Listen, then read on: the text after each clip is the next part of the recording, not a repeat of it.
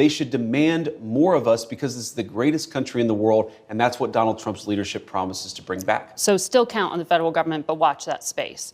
Let me ask you about another area that you campaigned on quite a lot, and there was a flurry of activity on, and that has to do with immigration. Sure. The U.S. Conference of Catholic Bishops this week condemned some of the executive orders signed by President Trump, specifically those allowing immigration and customs enforcement to enter churches and to enter schools. Do you personally support the idea of conducting a raid or enforcement action in a church service, at a school? Well, let me address this. Of course, if you have a person who is convicted of a violent crime, whether they're an illegal immigrant or a non-illegal immigrant, you have to go and get that person to protect the public safety. That's not unique to immigration. But let me just address this particular issue, Margaret, because as a practicing Catholic, I was actually heartbroken by that statement.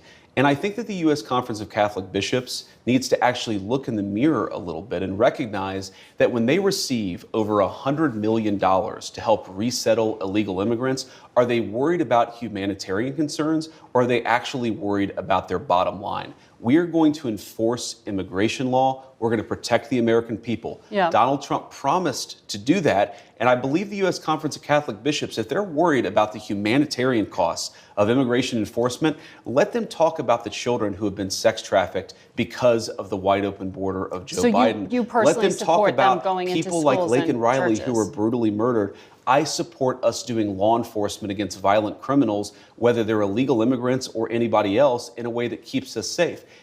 Let me ask this question, Margaret. Let's separate the immigration issue. If you had a violent murderer in a school, of course I want law enforcement to go and get that person out. Of course. So what's the point of the question?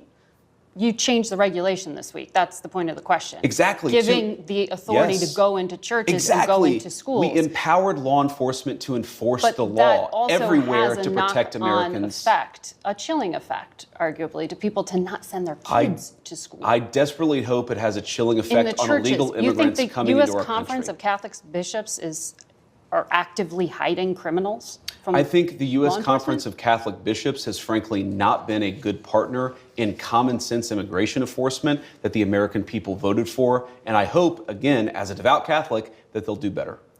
There are 5 legal challenges already to one of the other immigration actions, the order on birthright citizenship. A federal judge appointed by Ronald Reagan